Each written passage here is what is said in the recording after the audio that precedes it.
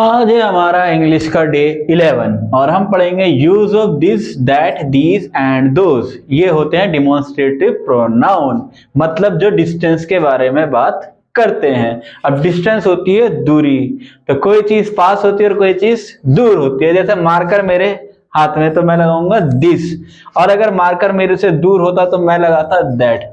अब this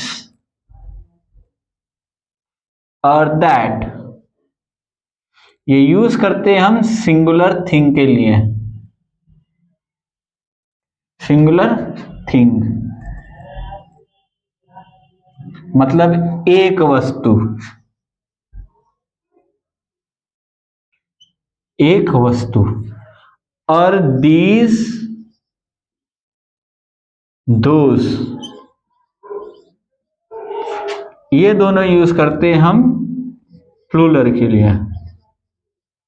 plural things मतलब एक से ज्यादा के लिए।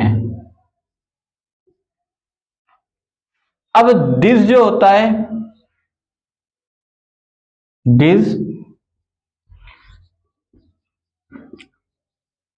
पास की चीजों के लिए। दैट होता है दूर की चीजों के लिए। अब इन दोनों का अगर वाक्य बना है तो बहुत आसान भी है और मुश्किल भी। तो हमने पढ़ लिया कैसे लगता है, ये सिंगुलर के लिए ही यूज होते हैं। और जो दैट होता है वो हमारा, ये हम पास्ट में भी यूज करते हैं। पास्ट ये हम प्रेजेंट में यूज करते हैं। खाली ये हम प्रेजेंट और पास्ट दोनों में यूज कर सकते हैं, बस ये दूरी और पास्ट को जताता है। और सिंगुलर चीजों के लिए दोनों यूज होते हैं। जैसे कि यह एक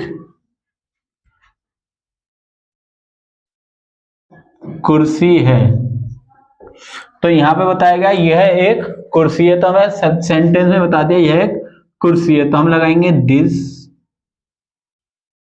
इज अ चेयर, जो हमने आर्टिकल की क्लास में पढ़ा था। This is a chair. अब हम लगाएंगे दैट का, तो हम दैट के लिए कर देंगे वह एक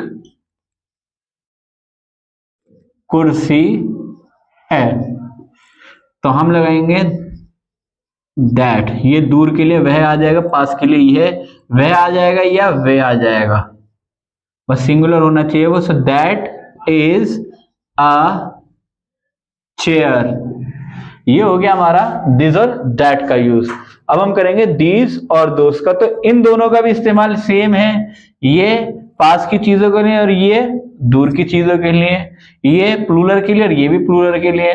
सो हम दीज के साथ, इनके साथ अगर ये प्लूरल हो रहा है तो इनके साथ हेल्पिंग वर्ब भी प्लूरल लगेगी। कैसे है, हम लगाएंगे यह, सेम वाक्य को लिख देंगे हम, यह कुर्सियां हैं। तो यहां पे कुर्सी है और यहां पे कुर्सियां हैं, तो हम बनाएंगे दीज। कुर्सी और कुर्सियों में यही फर्क आया था। दीज प्रेजेंट में तो आर चेयर्स। अब हम यहाँ पे हमने ए का इस्तेमाल इसलिए नहीं करा क्योंकि यहाँ एक नहीं आ रहा है, यहाँ पे कुर्सियां आ रहा है। और अब करना है दोस्त का इस्तेमाल, तो हम लगा देंगे सेम वाक्य का, वह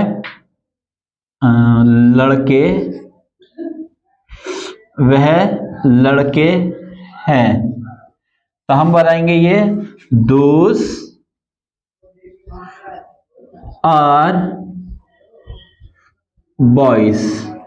अब एक होता तो लड़का होता, और फिर हम दिस का या दैट का इस्तेमाल करते हैं। यहाँ पे एक से ज्यादा है तो दीज और दोस्त का, ऐसे ये पास्ट में भी यूज होता है, लेकिन बस इनके साथ हेल्पिंग वर्ब चेंज हो जाएगी और इसके साथ भी हेल्पिंग वर्ब चेंज हो जाएगी दैट के साथ। यहाँ पे इसकी जगह आ जाएगा हमारा वॉज, और यहाँ पे आर की जगह लग जाएगा वर।